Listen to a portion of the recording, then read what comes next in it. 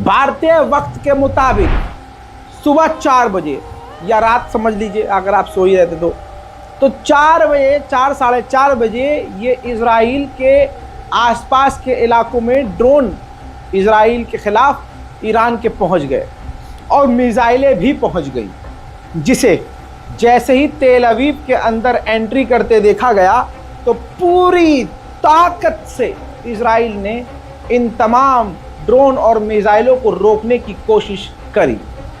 ये याद रखिएगा, करोड़ों खरबों का नुकसान हो चुका है इज़राइल का। ये मत देखिएगा मिसाइल गिरी कि नहीं गिरी, ये देखिए कि उन मिसाइलों को रोकने के लिए कितना पैसा 30 सेकंड में खर्च कर दिया इज़राइल ने।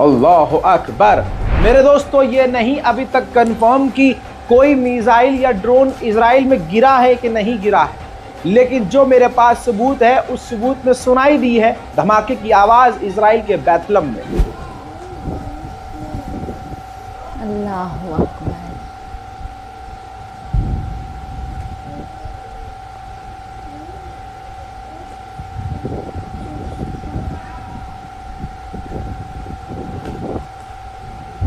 मैंने पहले ही कहा था, इस जंग में ईरान का साथ कोई नहीं देगा और इजराइल का साथ पूरी दुनिया देगी।